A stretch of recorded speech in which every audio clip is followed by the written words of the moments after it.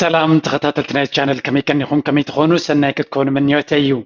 لو محن تاقدا سيتارستي نقول لنا هذا ما برقص كتغمنا تغيلي عزبال كوارستيا I think إذا فيديو زي ما قلت كابتن زبالت أزقبر كونن دس زبالت فيديونيا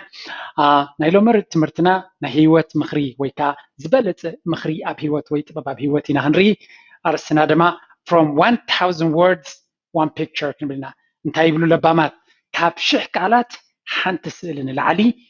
كتجلس تخلي يقولون له أمنا له متمرتنا دم خمين هنجبر كابتنا كله جزية فلي بالزبالة بسئلي ناكن مهار مخنياتو كابسئلي بزعنا جر كن مهارون نخلص لزلو سلزانا له فيديو كم مجمري على لايك أبوه عندنا دم نابكال سبعة شير كتجبروا مخنياتو it can be very important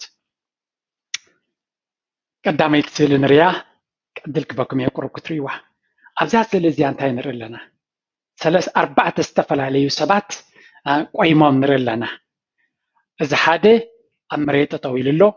هجي أبزيان تاكن رلنا بزي تريوا زلهم بزي مسكوت إزي مغارتنا هيوتيو صباغنا علمنا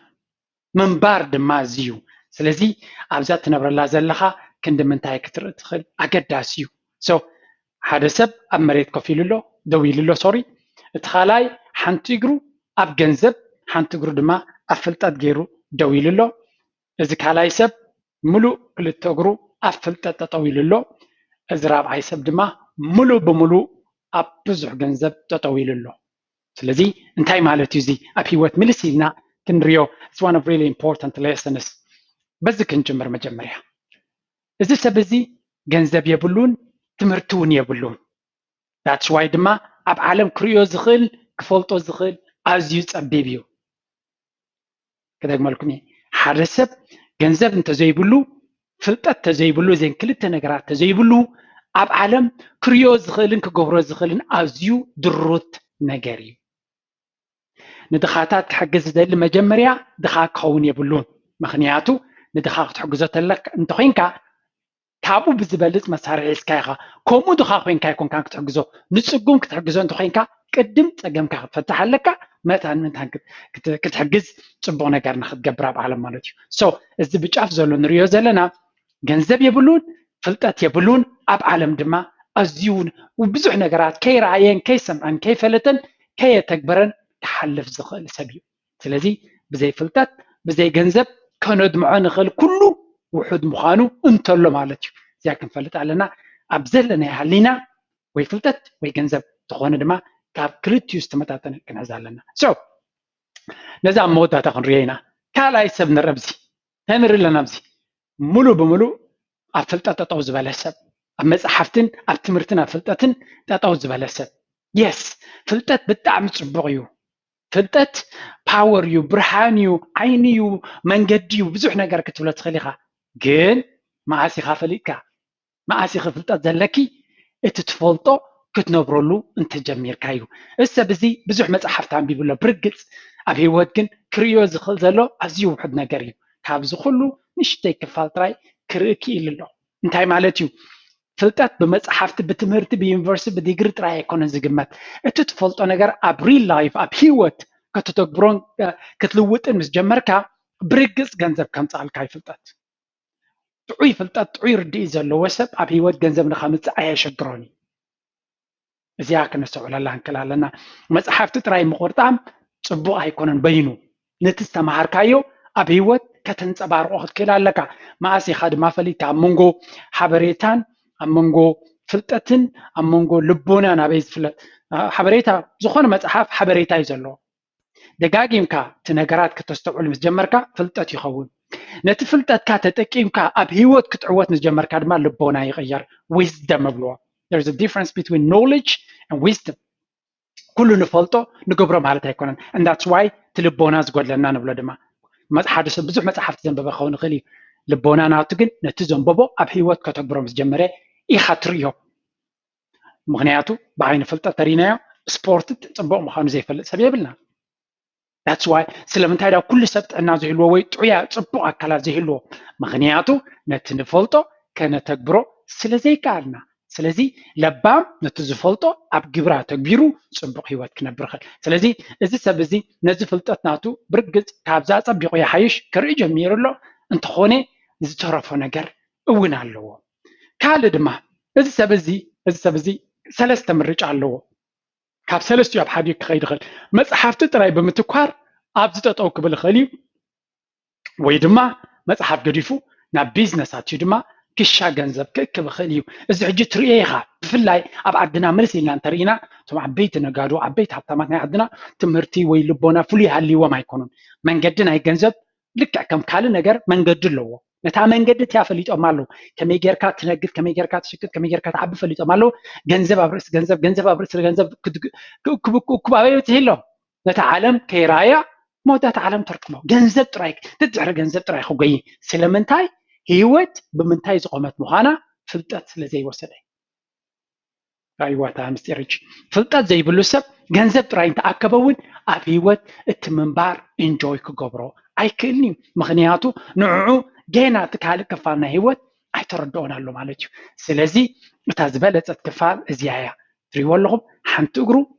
ድልዱላ ፍልጠት ካልኣይቲ እግሩ ገንዘብ እዚ እዩ ፍልጠት ክህልወካ ከሎ ጎኑ ጎኑ ገንዘብ ክህልወካ ከሎ ዝበለፀ ውፅኢት ኣብ ዓለም ከተምፅእ ትኽእል ብዝበለፀ ድማ ንዓለም ተረጋጊኡ ክርያን ክቋፃፀራን ኢንጆይ ከገብራን ዝኽእል ሰብ ድማ እዚዩ እዚ ድማ ክኸውን ኣለዎ ሕልምና ኣነ እውን ናብዚ ንክንከይድ ኣነ ብግለይ ኣብዚ ደረጃ እዚ ክኸውን እየ ዝደሊ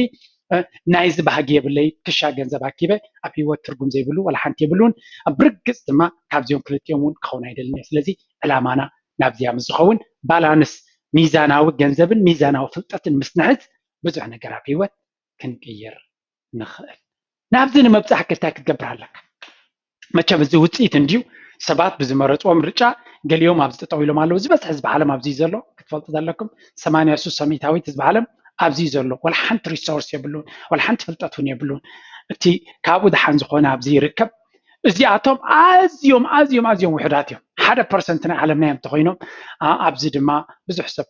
ድሓን ከባቢ 20% ናይ ህዝቢ ዓለም ይህሉ ኸውን ኢልና ንግምት ማለት እዩ እዚ ብዙሕ መፅናዕታት ኣካይድ ኣለካ ግን በቲ ስታቲስቲክስ ናይ ኢኳሊቲ ኤንድ ዌልት ኣብ ዝብል ብከምኡ ክንግምግሞ ንኽእል ናብዚ ንክትበፅሕ ግን ዘድልየካ ነገር ኣሎ መጀመርያ ዕዮ ገዛኻ እዚ ውፅኢት ናይቲ ዝሓለፍካዮ ክኸውን ክኽእል ከሎ ቅድሚ ናብ ምምፃሕካ ግን ክትመሃር ክትክእል ኣለካ ሰባት ናብ ዩኒቨርሲቲ ምስ ከዱ ካብ ጅቦም ኣውፅኦም ገንዘብ ኣይከፍሉ ንኾኑ ግን እቲ ሲስተም ኣብ ገሊኡ ብርግፅ ኣሜሪካ እንተኮይኑ ሕጂ ሓደ ዲግሪ ክትወስድ ብዙሕ ገንዘብ ኢኻ ክትከፍል ዘለካ ስለምንታይ ዋጋ ናይ ትምህርቲ ናብ ዝለዓለ ደረጃ ከብፅሓካ ስለዝኽእል ስለዚ መጀመርያ ክትመሃር ክትክእል ኣለካ ፍልጠት ካብ ዜሮ ይመፅን እዩ ካብ ቤት ትምህርቲ ካብ ዩኒቨርሲቲ ጥራይ ይመፅእ ይብል ኣለኹም ዝበለፀ ግን ብኡ መንገዲ ተኸይድካ ድማ ብንእሽተይካ ዝበለፀ ፍልጠት ክትወስድ ትኽእል ኢኻ ኣብ ዘድልየካ መንገዲ ከትሕዙካ ኩሉ እምበር በዓልካ ተማሂርካ እውን ከተብሎ ትኽእል ኢኻ ስለዚ ኩሉ ግዜ ኣብ ዩኒቨርሲታት ኣብ ቤት ትምህርታት ድማ ክንስሕቶ ዘይብልና ብዙሕ ግዜ ንሳቶም ዝምህሩኻ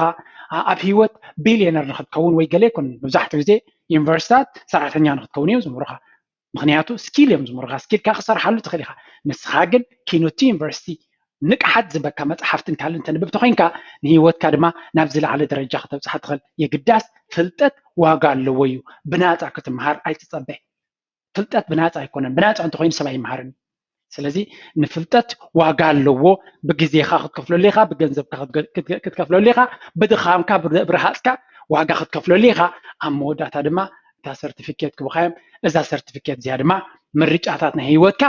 ከስተኻኽለልካ ናብ ዝበለፀ ንክትከይድን ክትሕግዘካ ትኽእል ሳልሰይቲ ስእሊ ካብኣተን ፍልይ ብዘይበለት ማለት እዩ እንታይ ትብለና ኣላ ኣብዚ it doesn't matter how much resources you have if you don't know how to use them it will never be enough እዚ ሰብ ዝረይዎ ንደገ ክርኢ ደሊ ኣሎ ከምዚ ብመስኮት ንደገ ክርኢ ደሊ ኣሎ ኣብ ምንታይ ከተጠው ኢሉ ኣሎ ኣብ ስካላ ስለምንታይ ክንዲዚ ስካላ የድልዮ ነይሩ ዶ ኖ ኣየድልዮን እዩ ነይሩ ስለምንታይ ዳ ከምዚ ገይርዎ ኣሎ ከመይ ጌርካ ስካላ ከም ትጥቀም ስለዘይፈለጠ ሓንቲ ስካላ ታኽሎ ነይራ ካብዚኣተን ሓንቲ እዚኣ ተኺሉ ካብዚ ዘለዎን ላዕሊ ብዝበለፀ ክርኢ ምኻሎ ነይሩ የስ ዝያዳ ንፅርቲ እንድያ ፅሉል ንብሎ ኣለና ኣብ ሂወት ድማ ከምኡ ኢና መዓት ፀጋታት ከለና ልክዕ ከምዚ ፀራሪግና ኣስተኻኺልና ቦትኦም ስለዘይተሓዝናዮም ኩሉ ግዜ ታሕቲ ከም ንነብር ሂወትና ወላ ሓንቲ ትርጉም ከም ዘይብላ ኮይኑ ይስምዓና this is one of the most powerful pictures that I have seen ካብቶም ዝበለፀ ተንከፈትኒ ካብዚኣተን ንላዕሊ እዚኣ እያ ምክንያቱ መብዛሕትኡ ሰብ ብዙሕ ፀጋታት ኣለዎ እቲ ፀጋም ግን ንፀጋታት ናቱ ከመይ ገይሩ ከም ዘስተኻኽሎ ከመይ ገይሩ ንጥቕሙ ከም ዘውዕሎም ከመይ ገይሩ ብኦም ገይሩ ክዕወት ከም ዝኽእል ኣይፈለጠን that's why ከምዚ ገይሩ ነዚ ስካላታት መዓት ስካላታት ኣኪቡ ኣክንዲ ሓንቲ ተኣኽሎ ዝነበረት ኣክንዲ ንዓ ኣስተኻኺሉ ንምጥቃም መዓት ገፈት መፈጥ መሊዩ ንሳቶም ኩሎም እውን ክሕግዙ ኣብ ዘይከኣል ደረጃ በፂሑ እዚ ድማ ፍልጠት ዘድልየና ንብል ዘለና ፍልጠት ኣብ ኩሉ ደረጃ ንዘለካ ፀጋታት ክትጥቀም መብዛሕትኡ ሰብ ፀጋታት ናቱ ኩሉ ዝገዲፉ ተሸጊሩ እዩ ዝርኢ ዘሎ ናቱ ፀጋታት ዘይኮነ ካልኦት በዚ ፅቡቕ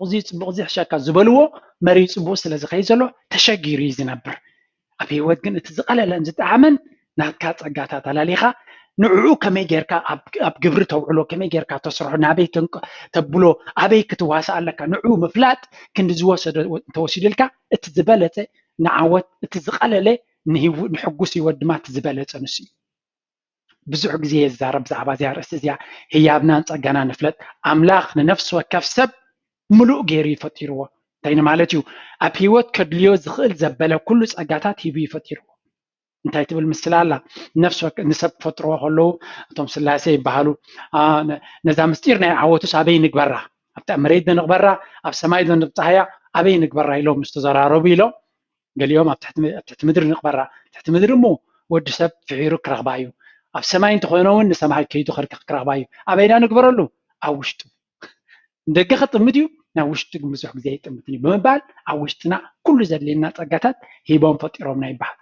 ስለዚ መጀመርያ ንደገ ዘይኮና ንውሽጥና ኢና ክንጥምት ዘለና እቲ ዘድልየና ንዓና ክኸውን ዝግብኦ ፀጋ ተዋሂብና ኣሎ ውሽጥና መጀመርያ ስራሕና ደሊና በርቢርና ከነለልዮ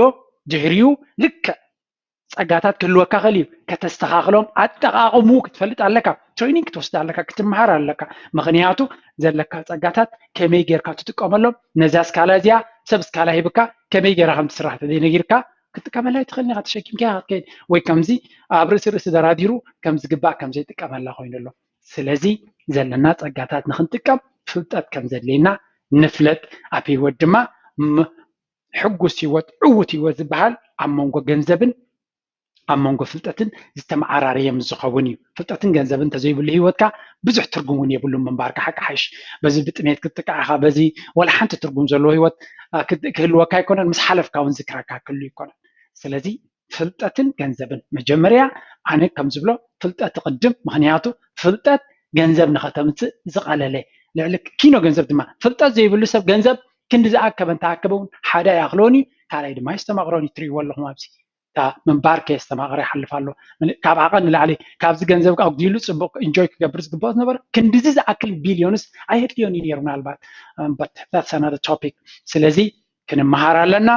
ትምህርትና ድማ ንኩሉ ዘማእኸለ ክኸውን ኣለዎ እዚአን ስእልታት እዚኣተን ብርግፅ ልብኹም ክትንክፋኹምን ከንቅሓኹምን ከም ነስተውዕል ክገብራና ከም ዝኽእላን